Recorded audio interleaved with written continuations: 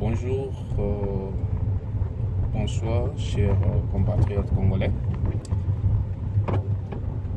Je m'aimerais faire une petite intervention par rapport à la situation qui se passe actuellement dans notre pays, la République démocratique du Congo. Bon, je vais vouloir être bilingue, c'est-à-dire un peu de français, un peu de lingala, pour faciliter un peu la compréhension de tout le monde. J'avais promis que dans la vidéo, à propos, il y a à propos Moussousou Oeleki. Bon, l'année passée, dans le mois de décembre, nous avons participé le 30 dans l'élection. Pour qualifier chacun, est libre pour qualifier en Ndengalingi. Alors, cette élection est Memi Mwanamboka Félix Antoine Tshisekedi Chilombo na Bokonzi. Bon, depuis, un bon nombre de gens vont contredire, certains sont contents, et puis sous basipélité, vont crier la fraude électorale, la putsch, la coup d'état et ainsi de suite. Bon, on a rappelé Elokomoko parce qu'il semble que les Congolais toujours bossent trop vite.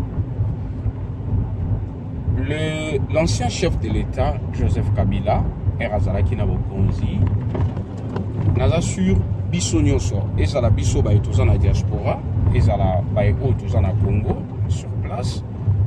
Objectif na biso ezaki que Kabila parte.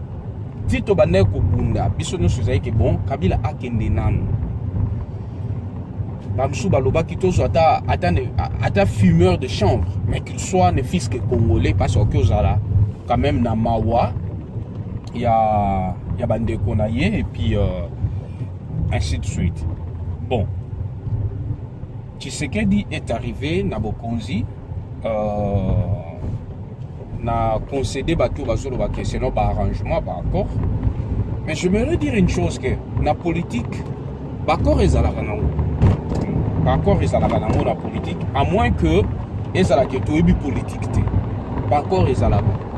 Si Tshisekedi va négocier pour que Kabila a cédé quitte Bokonzi, mais je dis bien si, moi personnellement on a trouvé ma benne à Yangote parce que il n'a pas négocié quitte ya Bokonzi, ya Mboka Moussousou, il y a Burundi, il y a Tanzanie, il y a Rwanda, il a négocié pour son peuple.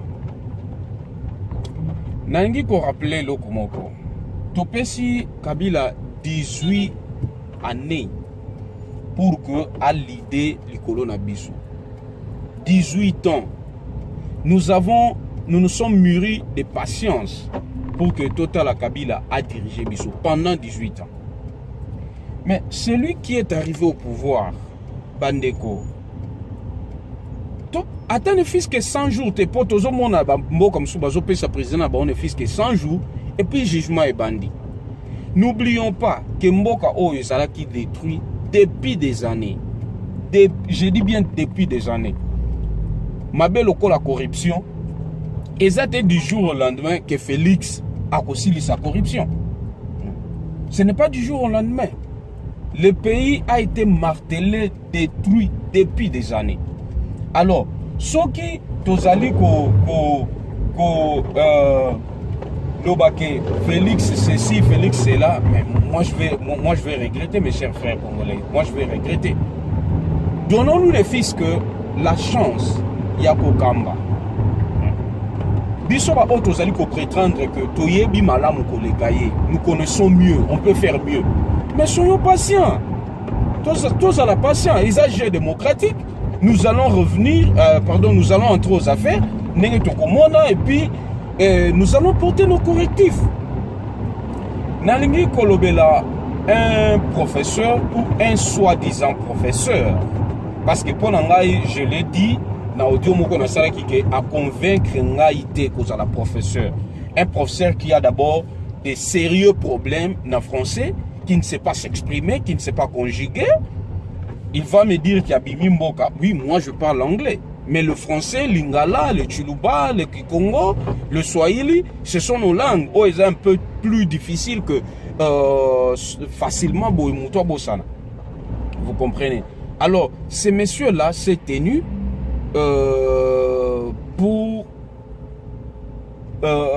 s'engager dans des propos discourtois à l'endroit il y a chef de l'État. Congolais, chers compatriotes. Pourquoi tu as toujours dans mémoire beaucoup ces boyés? Pour nini kaka congolais, pour nini kaka Congo. Bamboka mususo ils sont du respect na ba leader na bango. Pour nini? Tout ça c'est parce que Félix Azamona Mboka n'est toujours respecté. Mais Joseph Kabila était là. Oh ya loba kinani. Biso ba onyo soto so ganga na diaspora boy, oh diaspora boy. Personne n'a osé. Moutounino a commandé dans le Congo pour faire des guerres pires Kabila. L'UDPS a utilisé par voie où ils allaient toujours y aller depuis les voies pacifiques. Les voies pacifiques, ils ont notamment le dialogue. Il a utilisé ces voies comme depuis toujours. Parfois, on a aimé dans beaucoup. Où est le problème? Où est le problème? Mes chers frères congolais, nous avons biso. To s'armer un peu na patience, to paie ça le président Félix Tshisekedi un peu de temps à Kamba. Quand même, nous voyons déjà des signaux. À moins que vous ayez déjà Ndoki, tous à monter Mamabe à Souka. Mais quand même, des signaux et zomonana. Oh, bah, il y a une interpellation. Après l'interpellation, mais ne fils que le moment à Kabila, qui est interpellé? Nani Azala qui interpellé. Moi j'ai perdu mon ami. Mon ami et mon aîné, il y a lutte pour le droit de l'homme, le camarade Floribert Chebea. Paix à son âme. Oh, Azala qui interpellé Nani. Oh, Azala qui interpellé Nani. John Numbi, Bissonio Story, que John Numbi c'est le commanditaire. Du colon, nous pouvons aller loin pour dire peut-être Azala qui Joseph Kabila. Mais c'est John Numbi qui a orchestré, organisé, prémédité et exécuté l'exécution ou l'assassinat de Floribert Chebea. Où a interpellé qui est là. Dans le moment où Kabila, les gens étaient intouchables. Même certains journalistes, RDNC, le code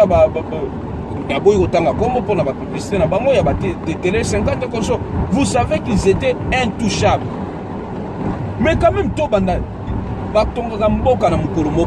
mes chers frères congolais, ce n'est pas un jour qu'on peut construire le pays au Ebebaki pendant des années.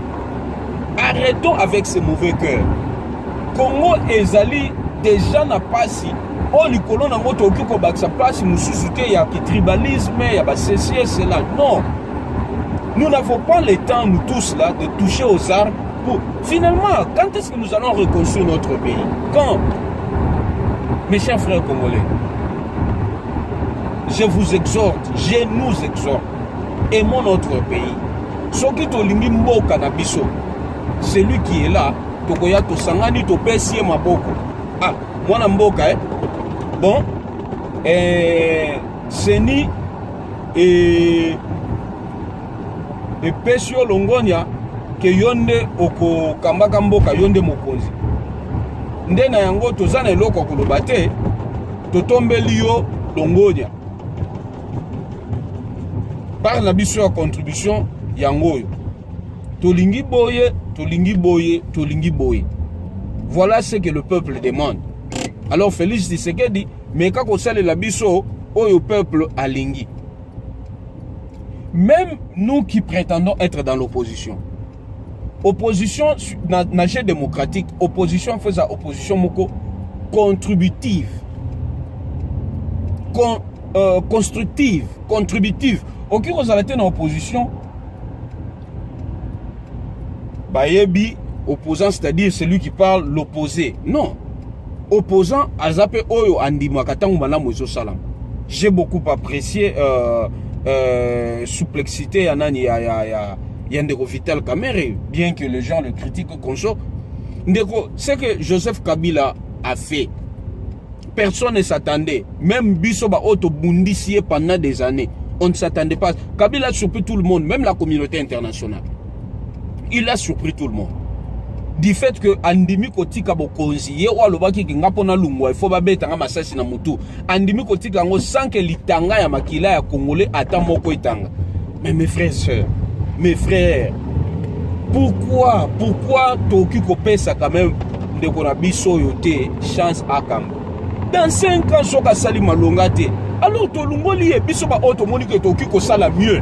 Toki comme ça Congo, Koleka Paris dans 2 jours. Alors on peut venir aux affaires. Comment c'est un moutonneau, ce n'est pas toujours prôné. Mais ne le privatisons pas. Ne tuons pas le Congo pour nos intérêts personnels. Je suis vraiment navré. Je n'ai pas voulu que tant à Congo à Moutoua, il est tribaliste, il est ceci, il est cela. Non.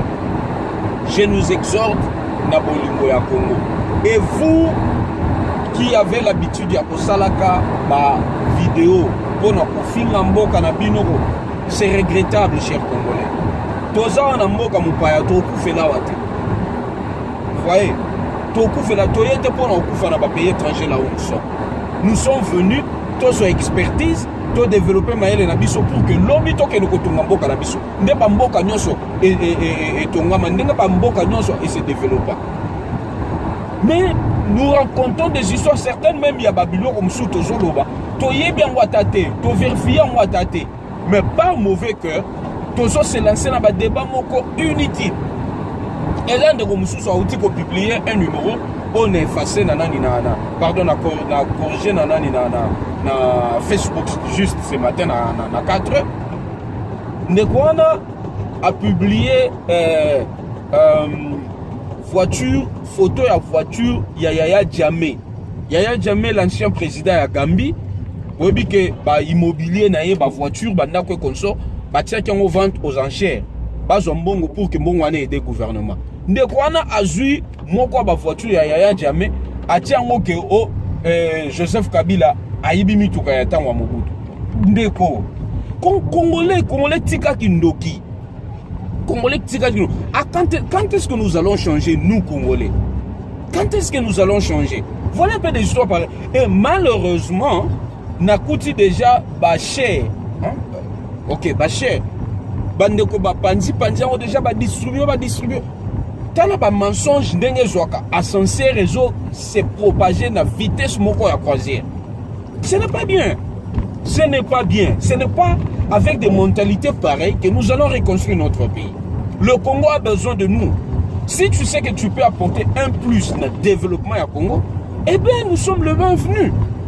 Mais ce que vous avez apporté, parce que ce n'est pas tout le monde qui doit diriger. Ce n'est pas tout le monde qui est appelé à diriger. Ce n'est pas tout le monde qui est appelé à être aux affaires. Avec politesse.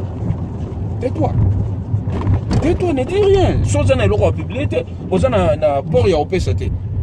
Tais-toi et ne dis rien. Voilà, mes chers frères, je dans le cas quand même dans la vidéo oyo nani à la hâte parce que nous avons musala merci beaucoup pour nabino nyonso bokolanda na que ba critique kozala c'est tout à fait normal. Je suis un démocrate, je m'attends à ça, mais eza ba critique moko contributive oyo toko permettre na ngo ke mboka na biso et que ne liboso. Voilà, je nous souhaite tous une excellente journée, plein de bonnes choses, que l'Éternel soit avec nous et que nos projets au Tozanango, le Kolo Ambo Kanabiso, Zamba Sungabiso quand même, et Simba. Voilà. Pour le mot final, un mot de la fin, je nous exhorte à aimer notre patrie, à aimer notre cher beau pays. Merci. Que Dieu vous bénisse et plein de bonnes choses.